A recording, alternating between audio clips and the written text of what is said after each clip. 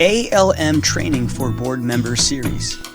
Session 4, ALM as a Tool. Now that we've discussed the key concepts of asset liability management, this final session will discuss how a credit union can use these reports for their greatest benefit. We will look at how ALM reports can be used in the strategic planning process, examine a few ALM scenarios, and lastly, review the overall ALM process that is vital to the health of every credit union. It is important that all levels of credit union management understand that ALM is not a report that can just be filed away. ALM is a very useful tool to project how your credit union may perform in various rate environments and can give ideas on how to improve performance. No other financial report makes the kind of forward projections that ALM does, so it can provide valuable direction to credit union management. Think of your ALM report in relation to your annual physical exam. Much like a doctor will warn you if certain behaviors are dangerous to your health, ALM reports can give you an idea if your current balance sheet structure may cause problems down the road. Like an annual physical exam, it is important that credit unions run through this exercise on a regular basis to see if they are on the right path, and important for board members to understand any risks presented. As we've stated, your role as a board member requires that you are aware of the general direction and control of the federal credit union. ALM is a vital part of measuring the health of the credit union, and it is important that you understand these risks. ALM may be a great way to monitor your risk profile, but remember that you can also use it to question whether you can add more risk. If your credit union has a low risk profile, but earnings remain tight, hypothetical ALM analysis can determine if you can boost your income without huge changes to your risk profile. This is where ALM fits into your strategic planning. NCUA highly recommends that any planned significant changes to your balance sheet be run through an ALM analysis before implementation, so that the credit union can get an idea of the changes to the risk profile ahead of the product launch to see if any changes need to be made. This way, a group decision between management and the board can be arrived at to see if everyone is comfortable with the risk-return trade-offs that are being proposed. Some common trade-offs with changes to the balance sheet are adding assets. Are you adding extension risk? How are you funding growth? Are you exposed to higher rates? Are you meeting risk-return policy requirements? Let's take a look at some examples of strategic planning using ALM.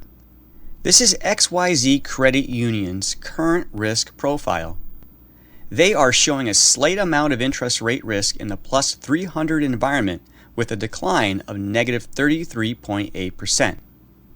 While this does not exceed any policy limits, it is worth noting that the credit union does have some risk exposure in the higher rate environments. The credit union is examining some possible options for their balance sheet. In option 1, the credit union wants to increase their mortgage portfolio by $20 million.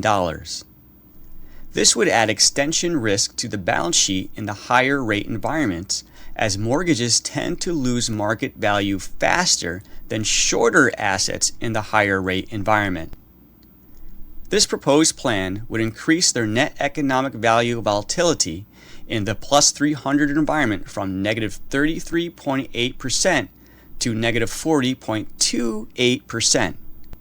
This exceeds XYZ's policy limit, and therefore the credit union decides not to execute. Option 2 is to add $20 million of short-term investments to the portfolio. This adds very little extension risk to the balance sheet and keeps the net economic value volatility at a minimal change.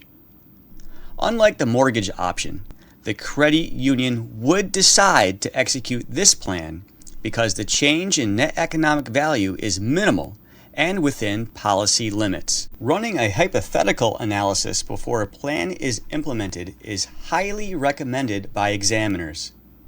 In this case, the credit union would have exceeded their policy limits in scenario 1, and the board decided it was too much risk to take on. When running hypothetical ALM scenarios, or what-ifs, it is possible to make many changes to the existing balance sheet and rate movements, including loan growth, share growth, a non-parallel shift or twist in the yield curve, an economic downturn, or a liquidity crisis, among others. A what-if analysis is most beneficial when the scenario is well thought out and incorporates both sides of the balance sheet. For example, loan growth is a great issue to model, but how will the credit union fund this growth? Will they be aggressive on share rates, or will they turn to borrowing? It is important that these questions are factored into the analysis to give a complete picture. Other ideas to think about are whether one product, such as a new CD rate, will take away from the existing positions, such as regular shares. The more thought-out analysis, the more beneficial the what-if will be to the credit union. A quality ALM report should make both management and the board comfortable with the analysis presented to them. If the reports are done in a timely manner and changes need to be made to the balance sheet to reduce risk, everyone should feel at ease that they are making these decisions for the overall health of the organization. ALM also helps to arrive at a group consensus so that no one person is responsible for making the risk decisions. Lastly, ALM should be a key documented conversation in both ALCO and board meetings so that examiners can see that ALM is a key focus. Along with the ALM discussion, a review of the economy is also important when assessing the risk profile. If a rising rate scenario is more probable than falling rates, the credit union should focus on the potential risk profile in that environment. The economic discussion should also focus on both the regional and national economies, as local factors will have a significant impact on membership. To get different perspectives, consider inviting outside sources into your meetings on occasion to give their updates on the economy. Any economic discussion will have to make predictions about where interest rates are headed, both in the short run and from a longer-term perspective. As we know, this is not an easy task, but an important one for any financial institution. While we may not always be right on the interest rate predictions, your ALM reports will show you how you are positioned for those unexpected rate movements. As we've mentioned, ALM is a process. It is not just a set of reports that you receive on a regular basis. A credit union should incorporate this process into their daily operations, from annual policy reviews and board training to regular discussions about the national and local economy. Through a regular and thorough analysis of their risk position, management of a credit union should feel that they are making the right decisions. Your training through this ALM webinar series indicates your commitment to the future health of your credit union and has given you a foundation to evaluate your credit union's interest rate risk profile. Examining potential opportunities through the ALM lens will be a proactive approach to managing your credit union into the future. Let's apply your new knowledge to a few credit union scenarios and see what you would think as a board member. Although they already have a robust mortgage portfolio, lending has slowed for ABC Credit Union. They are considering adding some longer-term agency bonds to their investment portfolio to pick up yield. Which ALM metric will reflect the additional risk brought on by these agency bonds? A. Net income. B. Net interest income. C. Change in net economic value. The answer is C. The change in net economic value. Measuring the impact of a rate change is key to assessing risk. The metrics for risk are the percentage change from the base case scenario. If the credit union is seeing a large decrease in their net economic value for a given risk scenario, this is implying there is a lot of risk on the books. Adding additional long-term investments will only add to this risk. New management at 123 Credit Union wants to be more aggressive in their mortgage lending. In which of the following risk profiles would you be more comfortable with adding more long-term fixed-rate mortgages?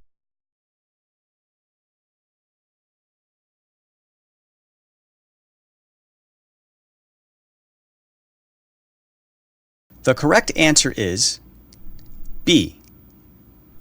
B is showing minimal risk in the plus 300 rate environment, while A and C are showing well above a 30% decline. Since mortgages will only add to this decline in the plus 300 environment, we would not recommend mortgage lending for options A or C. Acme Credit Union has been told by examiners to reduce their risk exposure. They could A. Sell HTM investments. B. Sell qualified mortgages to the secondary market. C. Increase the dividend rate to their members. The answer is B. Sell qualified mortgages to the secondary market. If mortgages meet the requirements of the secondary market, the credit union can attempt to sell the loans.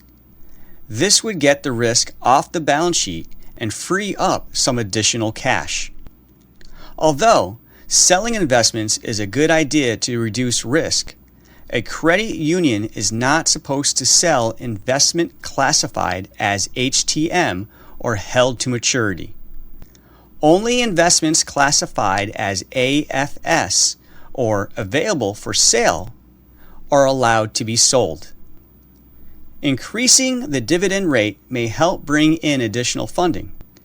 An increase in the dividend rate would not have a major impact on the risk profile. Due to high demand, XYZ Credit Union wants to run a what-if analysis to see the impact of more mortgage loans on the balance sheet. What is another item they should consider in this analysis? A. Funding this loan growth through borrowing. B. Funding the loan growth through higher share rates. C. Both A and B. The answer is C, both A and B. The credit union needs to decide how this loan growth will be funded. If they are planning on borrowing, they should incorporate this cost into the analysis. If they are planning on raising funds through higher share rates, they need to anticipate how much they will raise in additional shares and the cost of these funds. While these are just some examples of the questions that a credit union faces every day, we hope you have a greater understanding the role ALM plays in managing the interest rate risk at your credit union. Your new knowledge will help you understand your credit union's risk position and how you can best manage interest rate risk into the future.